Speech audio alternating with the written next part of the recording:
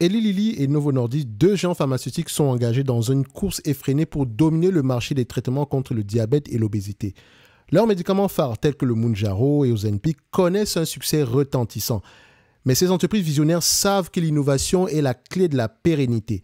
C'est pourquoi elles investissent massivement dans la recherche et le développement de thérapies de nouvelle génération, notamment dans le domaine prometteur de la médecine génétique.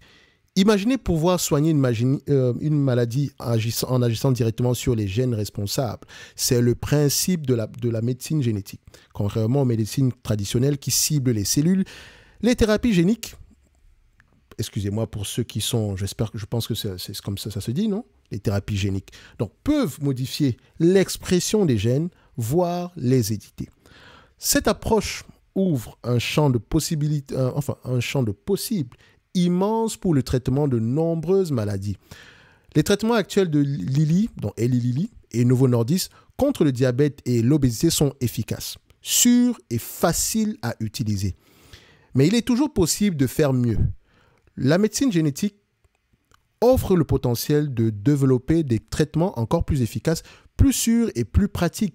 Elle pourrait également permettre de soigner un plus large éventail de maladies, augmentant ainsi l'impact et la portée de ces entreprises. Lilly et Novo Nordisk sont activement engagés dans la recherche en médecine génétique.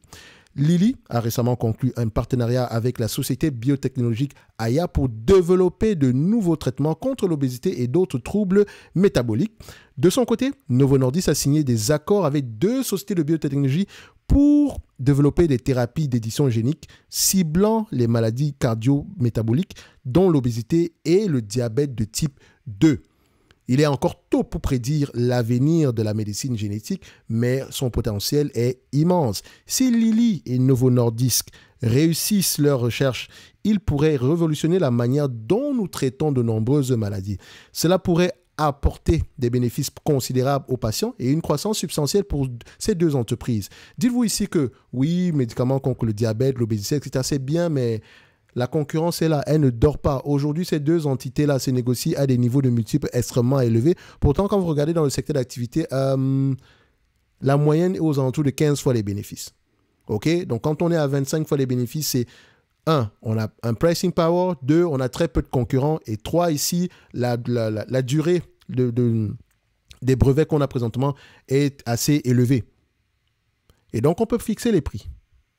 Mais, comme je l'ai toujours dit, sur ce segment, qui paye? Ce n'est pas le patient qui paye. C'est la compagnie d'assurance qui paye. Et encore, où est-ce qu'on vend le plus aux États-Unis? Dites-vous que présentement, il y a une pression à la baisse de prix de certains médicaments. Et donc, ça pourrait avoir un impact sur Novo Nordisk ou bien sur Eli Lilly. Ne l'oubliez jamais. Ne l'oubliez jamais. On continue néanmoins. Alors, en résumé, la médecine génétique représente une nouvelle frontière thérapeutique potentiellement plus efficace, sûre et pratique que les médicaments traditionnels. Eli Lilly et Novo Nordisk investissent massivement dans la recherche en médecine génétique pour développer la prochaine génération de traitements contre le diabète, c'est drôle, contre le diabète et d'autres maladies. Bien que la recherche soit à ses débuts, les bénéfices potentiels pour les patients et le potentiel de croissance pour ces entreprises sont considérables. Donc, il vaut mieux commencer à faire des recherches présentement, dès aujourd'hui. Ce n'est pas demain, sinon on va se retrouver dans une situation à la Gilead, ok, qui est cette entreprise qui vend un médicament qui soigne, mais aujourd'hui, les brevets arrivent à expiration et en moins de patients à qui vendent ce produit-là parce que les patients sont guéris. Vous remarquez ici que l'entreprise a tendance à se négocier à des prix, à des niveaux de bénéfices, des niveaux de PER aux alentours de 10 fois les bénéfices par là. D'accord? Aujourd'hui, c'est écrit 18 fois les bénéfices, c'est parce qu'on aura des bénéfices moins élevés cette année, mais on est aux alentours de 10, 15, en dessous de 15 fois les bénéfices, on va le dire comme ça. Donc, il faut faire attention. D'aucuns veulent swamp. Ah, mais pourquoi ça s'échange à 10 fois les bénéfices et une opportunité d'investissement? Non, non, non, non, non, non, non. Ça dépend du secteur d'activité ainsi que des perspectives d'avenir. Sans compter même le produit même qu'on a. Enfin, quoique si on parle des perspectives d'avenir, le produit est pris en considération. Donc, faites attention. D'accord? Le narratif le plus évident n'est peut-être pas souvent celui-là. Une entreprise que j'aime bien, c'est Johnson & Johnson. Moi, en tout cas, dans le secteur des pharmaceutiques, je préfère les vendeurs d'instruments et de consommables. Il y a une entreprise qui me vient, je pense que c'est Baxter. C'est bien ça? Baxter International qui va avoir tendance à...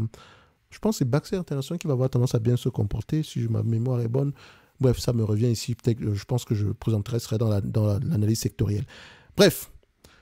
Si vous voulez rejoindre la communauté de Top Invest, les liens sont dans la description de la vidéo. Si vous avez des questions par rapport à la plupart de ces services-là, vous pouvez réserver un appel. Ok? Si vous décidez de faire du stock picking, faites-le sérieusement. Ok? Ne vous limitez pas aux chiffres. Les chiffres, c'est bien, mais ça ne vous permet pas d'aller très loin.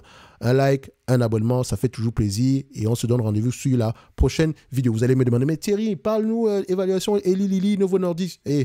J'en ai fait des vidéos sur Eli Lilly et Novo Nordisk précédemment. Je vous encourage à aller voir celle-là et d'essayer de le faire de vous-même. OK? Parce que mon avis ne changera pas du tout. Merci, au revoir.